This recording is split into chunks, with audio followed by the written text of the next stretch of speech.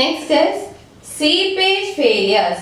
Second type of failure is seepage failure, which contributes to 38% of the total failure of an earth dam. Seepage failures are of three types. First one is piping.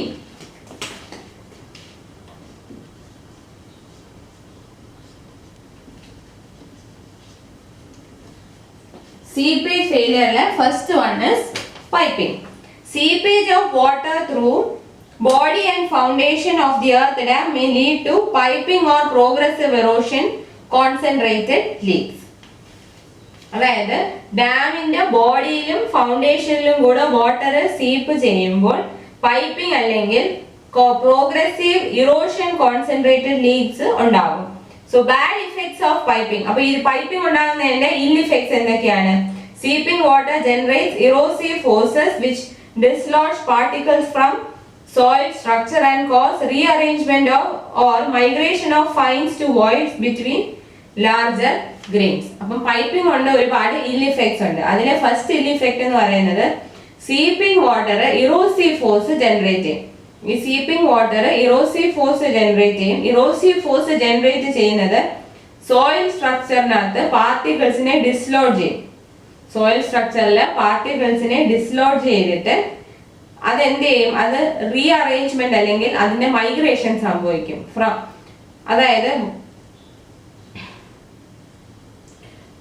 അതായത് large grains ഉണ്ടല്ലോ, ഈ ഡാമിനകത്തെ മെറ്റീരിയലിനകത്തുള്ള large ഗ്രെയിൻസിന്റെ ഇടയിൽ voids ഉണ്ട്. ആ വോയിഡ്സിൽ finer materials വന്ന് ഇരിക്കും. അതാണ് പറയുന്നത് rearrangement or migration of fines to voids between larger grains. Dislodges particles from the soil structure. അതാണ് പൈപ്പിംഗ് കൊണ്ടുള്ള ഒരു ill effect. Second ill effect എന്ന് പറയുന്നത് flow with its associated differential pore pressure can lift portion of soil mass causing sand boiling. അപ്പം piping ഉണ്ടായാൽ sand boiling ഉണ്ടാവാനുള്ള സാധ്യതയുണ്ട്. എങ്ങനെയാണ് സാൻഡ് ബോയിലിംഗ് വരുന്നതെന്ന് പറഞ്ഞാൽ ഈ സീപ്പേജ് ഫ്ലോയും അതുമായിട്ട് അസോസിയേറ്റ് ചെയ്തേക്കുന്ന differential pore pressure. Seepage flow വരുമ്പോൾ ഡിഫറൻഷ്യൽ പോർ പ്രഷർ ഉണ്ടാവും. ഈ ഡിഫറൻഷ്യൽ പോർ പ്രഷർ എന്ത് ചെയ്യും? സോയിൽ മാസിനെ ലിഫ്റ്റ് ചെയ്യാനുള്ള ടെൻഡൻസി ഉണ്ട്. ഈ ഡിഫറൻഷ്യൽ പോർ പ്രഷറും കൂടെ ഉണ്ടാവുമ്പോൾ it can lift portion of soil mass. അങ്ങനെ സോയിൽ മാസിനെ ലിഫ്റ്റ് ചെയ്യുമ്പോഴാണ് എന്ത് പറയുന്നത്? സാൻഡ് ബോയിലിംഗ് ഉണ്ടാവുന്നത്.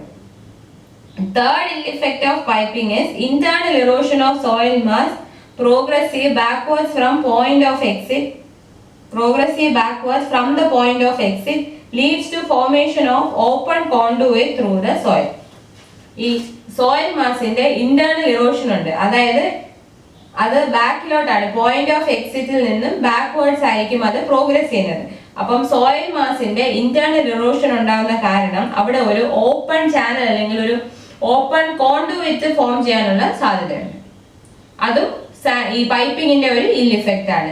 And the fourth ill effect of piping is internal pressure in soil water can reduce that part of soil strength developed by internal friction.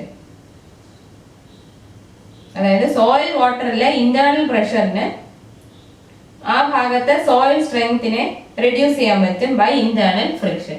So piping ഉണ്ടാകുന്നതെന്ന് പറയുന്നത് ഒരുപാട് ill effects ഉണ്ടാക്കുന്നത്. അതുകൊണ്ടാണ് അതൊരാണ് main seepage failure.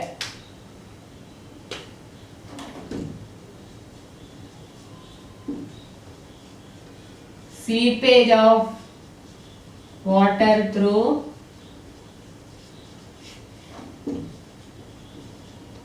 body and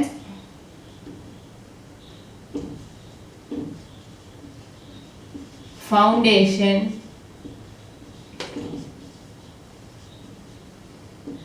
leads to piping. ഡാമിന്റെ ബോഡിയിലൂടെ ഫൗണ്ടേഷനിലൂടെ water സീപ്പ് ചെയ്യുമ്പോൾ piping ഉണ്ടാവും. There are so many ill effects of piping.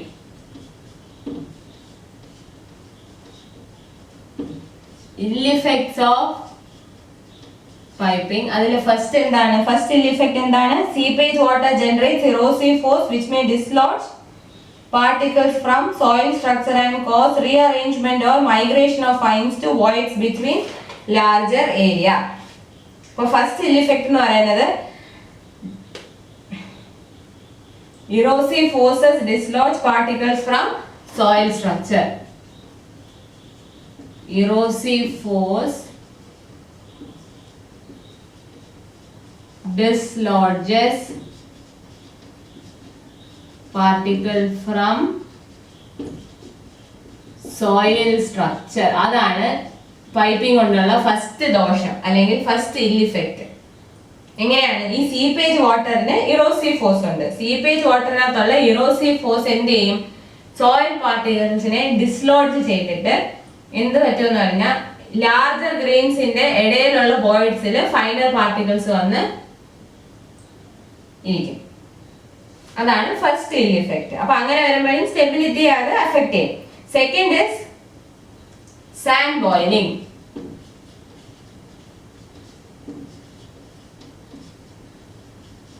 Second ill effect is sand boiling. അതായത് ഈ സീപ്പേജ് ഫ്ലോയുടെ കൂടെ സീപ്പേജ് ഫ്ലോയിൽ എന്ത് അസോസിയേറ്റ് ചെയ്തിട്ടുണ്ട്? ഡിഫറൻഷ്യൽ പോർ പ്രഷർ അസോസിയേറ്റ് ചെയ്ത്. സീപ്പേജ് ഫ്ലോയുടെ കൂടെ ഡിഫറൻഷ്യൽ പോർ പ്രഷർ ഉണ്ട്. ഈ ഡിഫറൻഷ്യൽ പോർ പ്രഷറിന് ആ ഭാഗത്ത് സോയിൽ മാസിനെ ലിഫ്റ്റ് ചെയ്യാം. ഡിഫറൻഷ്യൽ പോർ പ്രഷറും കൂടെ ഉള്ള സീപ്പേജ് ഫ്ലോയിന്റെ കൂടെ ഡിഫറൻഷ്യൽ പോർ പ്രഷറും കൂടെ ഉള്ളതുകൊണ്ട് അത് സോയിൽ മാസിനെ ലിഫ്റ്റ് ചെയ്യും. ആ ലിഫ്റ്റ് ചെയ്യുന്നതിനാണ് സാൻഡ് ബോയിലിംഗ് എന്ന് പറയുന്നത്. Now third is internal erosion of soil mass leading to formation of open conduit.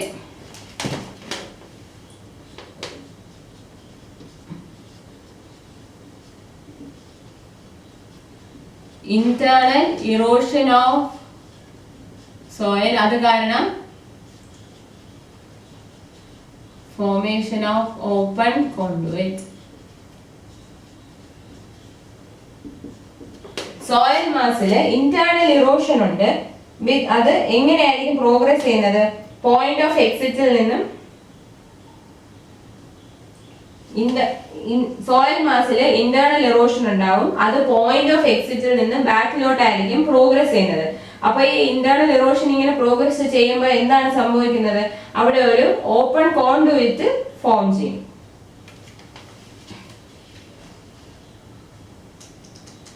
The next is reduction in soil strength developed by internal friction.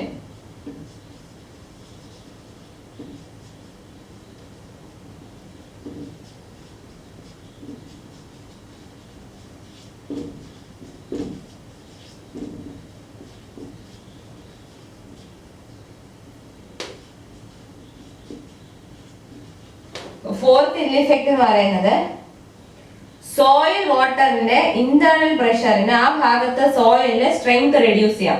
Internal friction ഉണ്ടായിട്ട് സോയിലിന്റെ strength reduce ചെയ്യാൻ പറ്റും soil വാട്ടറിന്റെ internal പ്രഷറിന്. അതാണ് പറയുന്നത് reduction in soil strength by internal friction.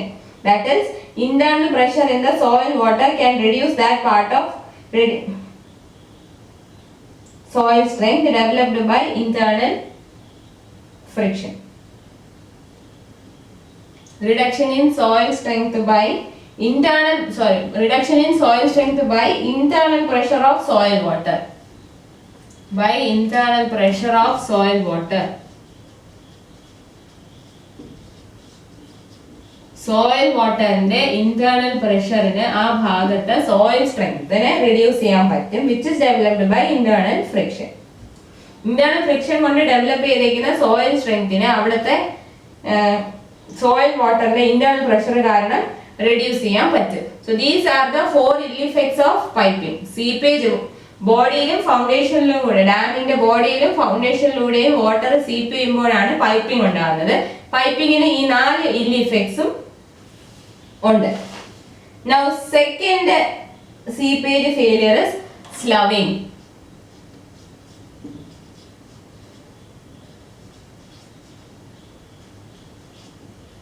Second one is sloughing. അതായത് under full reservoir condition downstream toe remains saturated and may erode producing small slump or miniature slide. എപ്പോഴാണ്? full reservoir condition. Under full reservoir condition ഈ full reservoir condition downstream slope saturated ആയിരിക്കും and it may erode. Downstream slope is saturated and it may erode. Downstream slope saturated ആയിട്ടിരിക്കും and it may erode producing small slump or miniature slide. May erode producing small slump or miniature slide. അതായത് full reservoir കണ്ടീഷനിൽ downstream slope saturated ആയിരിക്കും. Full reservoir കണ്ടീഷനിൽ downstream slope saturated ആയിരിക്കും. അപ്പൊ downstream slope saturated ആയിരിക്കും. അത് കാരണം അവിടെ ഇറോഷനും സംഭവിക്കും. അപ്പൊ ഈ ഇറോഷൻ കൂടെ സംഭവിക്കുമ്പോൾ ചെറിയ സ്ലംപ് അല്ലെങ്കിൽ ഒരു മിനിയേച്ചർ സ്ലൈഡ് ഉണ്ടാവുന്നു. അപ്പൊ ഇത് സംഭവിക്കുമ്പോൾ എന്ത് പറ്റുമെന്ന് വെച്ചാൽ മിനിയേച്ചർ സ്ലൈഡ് അല്ലെങ്കിൽ സ്ലംപ് സംഭവിക്കുമ്പോൾ this leaves a relatively steep face which becomes saturated by seepage from reservoir slumps again, forming slightly higher and more unstable face. അപ്പോൾ ഈ ഡൗൺസ്ട്രീം സ്ലോപ്പ് ഇറോഡ് ചെയ്യുന്ന സമയത്ത് ഡൗൺസ്ട്രീം സ്ലോപ്പ് ഇറോഡ് ചെയ്യുമ്പോൾ അതെന്താണ്, ആ downstream slope കുറച്ചും കൂടെ സ്റ്റീപ്പർ ആണ്. അത് സ്റ്റീപ്പർ ആകുമ്പോൾ വീണ്ടും അത് റിസർവോയറിൽ നിന്നുള്ള റിസർവോയർ സ്ലംസ് കാരണം അത് വീണ്ടും റിസർവോയർ സ്ലംസിൽ നിന്നുള്ള സീപ്പേജ് കാരണം അത് വീണ്ടും സാച്ചുറേറ്റഡ് ആവും. സാച്ചുറേറ്റഡ് ആകുമ്പോൾ പിന്നെ കുറച്ചും കൂടെ അൺസ്റ്റേബിൾ ഫേസ് ഉണ്ടാവും. അതായത് ഈ ഫുൾ റിസർവോയർ കണ്ടീഷനിൽ ഡൗൺസ്ട്രീം സ്ലോപ്പ് സാച്ചുറേറ്റഡ് ആയിരിക്കും. അപ്പൊ ഡൗൺസ്ട്രീം സ്ലോപ്പ് സാച്ചുറേറ്റഡ് ആയിട്ട് ഇരിക്കുമ്പോഴാണ് അവിടെ അത് ഇറോഡ് ചെയ്യാനുള്ള സാധ്യതയുണ്ട്. അത് ഇറോഡ് ചെയ്യുമ്പോൾ സ്മോൾ സ്ലംസും മിനിയേച്ചർ സ്ലൈഡും ഉണ്ടാവുന്നു. അപ്പൊ ഈ ഡൗൺസ്ട്രീം സ്ലോപ്പ് ഒന്ന് ഇറോഡ് ചെയ്ത് കഴിയുമ്പോൾ ആ സ്ലോപ്പ് കുറച്ചും കൂടെ സ്റ്റീപ്പർ ആവും. ആ സ്ലോപ്പ് സ്റ്റീപ്പർ ആകുമ്പോൾ വീണ്ടും അത് സാച്ചുറേറ്റഡ് ആവും. സ്ലോപ്പ് സ്റ്റീപ്പർ ആകുമ്പോൾ അത് വീണ്ടും സാച്ചുറേറ്റഡ് ആവും. അതായത് റിസർവോയർ സ്ലംസ് എന്നുള്ള സീപ്പേജ് കാരണം അത് വീണ്ടും സാച്ചുറേറ്റഡ് ആവും. അത് വീണ്ടും സാച്ചുറേറ്റഡ് ആകുമ്പോൾ വീണ്ടും ഇറോഷൻ ഉണ്ടാവുന്നു. അപ്പൊ എന്താണ്, കുറച്ചും കൂടി അൺസ്റ്റേബിൾ ആയിട്ടുള്ള ഒരു ഫേസ് ആയിരിക്കും അവിടെ വരിക.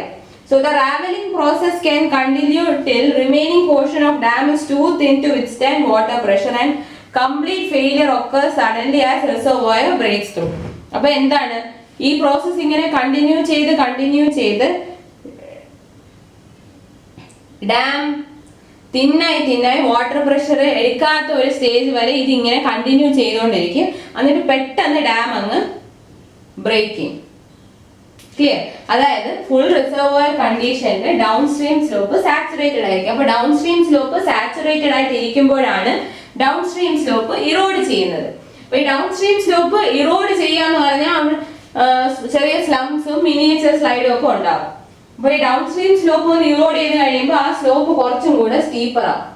ഡൗൺസ്ട്രീം സ്ലോപ്പ് കുറച്ചും കൂടെ സ്റ്റീപ്പർ ആകുമ്പോൾ അത് വീണ്ടും സാച്ചുറേറ്റഡ് ആവും. സ്ലോപ്പ് കുറച്ചുകൂടെ സ്റ്റീപ്പർ ആകുമ്പോൾ റിസർവോയർ സ്ലംപിൽ നിന്നുള്ള ഇറോഷൻ കാരണം അത് റിസർവോയർ സ്ലംപിൽ നിന്നുള്ള സീപ്പേജ് കാരണം അത് വീണ്ടും സാച്ചുറേറ്റഡ് ആവും. വീണ്ടും സാച്ചുറേറ്റഡ് ആകുമ്പോൾ എന്താണ്, വീണ്ടും ഇറോഷൻ സംഭവിക്കും. വീണ്ടും സാച്ചുറേറ്റഡ് ആവും, വീണ്ടും ഇറോഷൻ സംഭവിക്കും. അങ്ങനെ ഈ പ്രോസസ് ഇങ്ങനെ കണ്ടിന്യൂ ചെയ്ത്, അതായത് ഓരോ തവണ ഇറോഷൻ സംഭവിക്കും തോറും ഈ സ്ലോപ്പ് വീക്കായി വരും. മനസ്സിലായില്ലേ? ആ സ്ലോപ്പ് അല്ലെങ്കിൽ ആ സൈഡ് കുറെ കൂടെ അൺസ്റ്റേബിൾ ആയി വരും.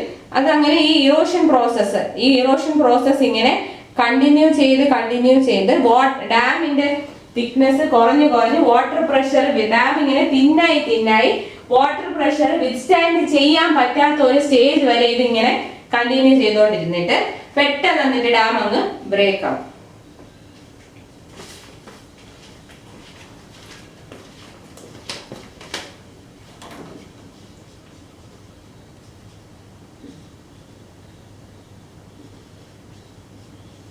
This makes downstream slope weaker, erosion continues till dam becomes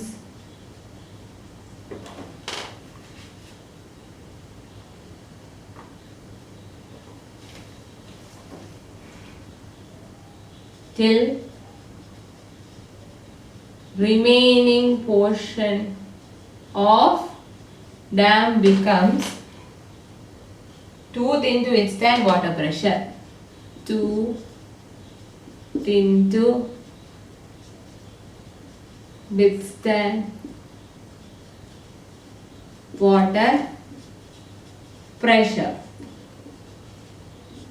Then dam suddenly breaks through.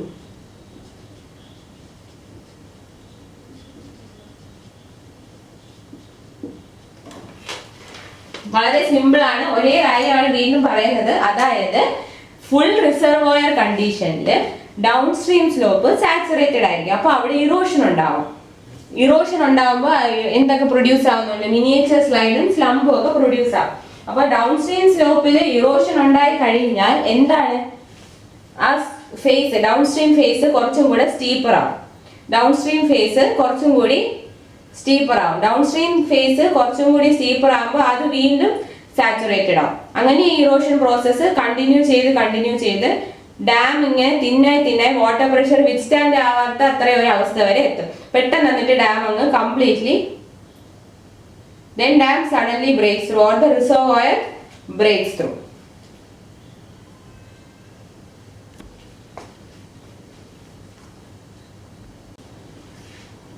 Third seepage failure is conduit leakage. Third one is conduit leakage. So it may cause failure of an earth dam in two ways. Conduit leakage ഉണ്ടായ രണ്ട് രീതിയിലാണ് earth damന്റെ failure. അതിൽ first one is seepage along conduit wall.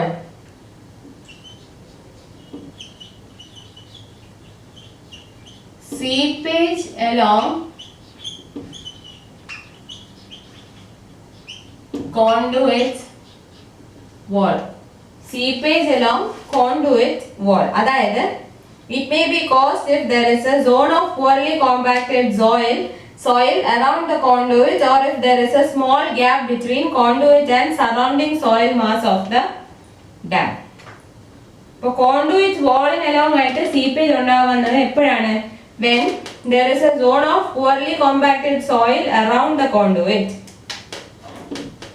If there is a zone of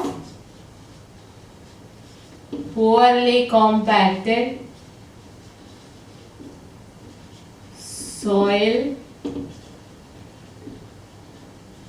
around the conduit,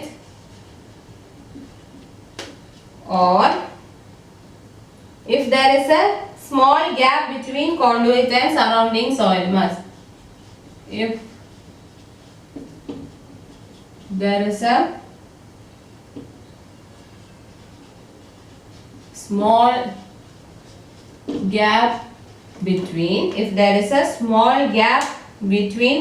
conduit and surrounding soil mass.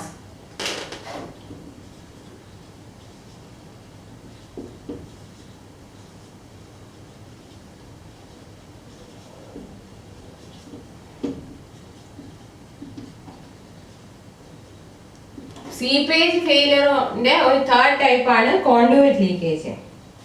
അപ്പോൾ കോണ്ടുവിറ്റ് leakage ഉണ്ടായാൽ earth ഡാമില് രണ്ട് രീതിയിലാണ് failure സംഭവിക്കുന്നത്. അതിൽ ഫസ്റ്റ് എന്ന് പറയുന്നത് സീപ്പേജ് അലോങ് കോണ്ടുവിറ്റ് വാൾസിന് അലോങ് ആയിട്ട് സീപ്പേജ്. അപ്പൊ കോണ്ടുവിറ്റ് വാൾസിന് അലോങ് ആയിട്ട് സീപ്പേജ് ഉണ്ടാകുന്ന എപ്പോഴാണ്? അതിന് രണ്ട് കേസ് പറയുന്നുണ്ട്. If there is a zone of poorly compacted soil around കോണ്ടുവിറ്റിന് ചുറ്റും പുവർലി കോമ്പാക്റ്റഡ് സോയിലിന്റെ ഒരു സോൺ ഉണ്ടെങ്കിൽ കോണ്ടുവിറ്റ് വാളിന് അലോങ് ആയിട്ട് സീപ്പേജ് ഉണ്ടാവാം. അതല്ലെങ്കിൽ if there is a small gap between the conduit and surrounding soil mass, conduitum surrounding soil mass ന്റെ ഇടയിൽ ചെറിയ ഗ്യാപ്പ് ഉണ്ടെങ്കിൽ എന്താണ്? there may be seepage along conduit wall. The second is seepage through cracks developed in conduit. This seepage through cracks developed in the conduit. അതായത് കോണ്ടുവിറ്റ് ലീക്കേജിന്റെ second കേസാണ് seepage through cracks developed in the conduit. So It may be caused by unequal settlement of dam or by overloading of the dam. ഇത് എപ്പോഴാണ് സംഭവിക്കുന്നത്? Either by overloading of dam or by unequal settlement of dam. ഡാമിൽ unequal settlement ഉണ്ടാകുമ്പോഴോ ഡാമിൽ unequal settlement ഉണ്ടാകുന്ന സമയത്തോ അല്ലെങ്കിൽ dam overload ആവുന്ന സമയത്തോ ആണ്